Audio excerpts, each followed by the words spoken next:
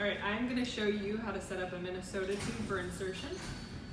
You'll be using a Minnesota tube to tamponade esophageal bleeding from esophageal varices.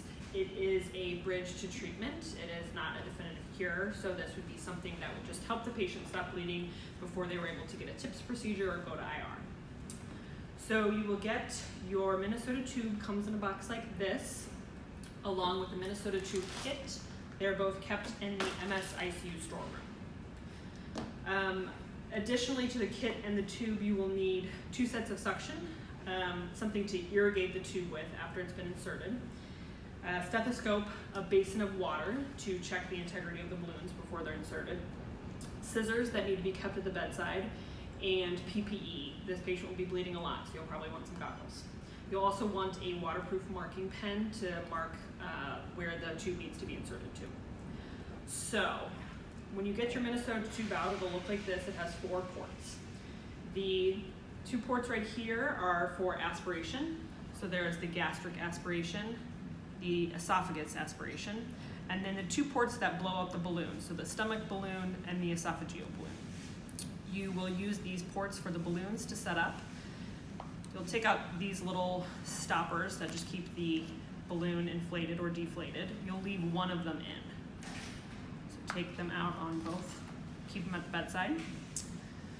And then you will set up your Lopez valves into the ports. You'll put the short end into the tube, like so. And then for whatever balloon you're going to test first, you will put the end of the tube of the manometer on the end of it right here. So this manometer is going to be used to check the pressures in the balloons. At atmospheric pressure, the pressure of the balloon having the gastric balloon having 50 cc's of air in it is 92 millimeters of mercury. The pressure of the gastric balloon having 100 cc's of air is 100 millimeters of mercury. And that's something that you will use just to make sure that the tube has been fully inserted into the stomach after the insertion has been done. For the esophageal balloon, if that needs to be blown up, it will only be blown up by pressure, so 25 to 45 millimeters of mercury, depending on what the patient needs based on their bleeding. So, before you put the tube in, you want to make sure that these balloons are fully working and they don't have any air leaks at all. So, just taking a little bit of air and using this Lopez valve.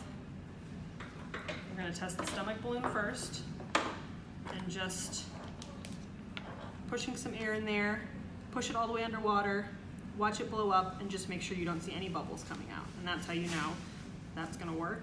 Then you want to fully deflate it, so get all the air out, which will get it totally flat. And then clamp the Lopez valve off. And then do the same thing for the esophageal balloon.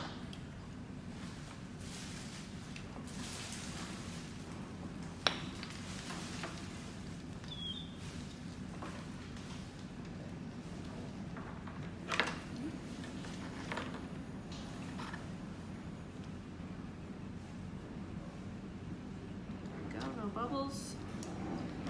Go ahead and fully deflate. Once you've fully deflated both of those balloons, turn both of the valves to off to keep them deflated. At that point, the tube is ready for insertion. You'll have your lube and the physician will insert the balloon into the patient's mouth or nose.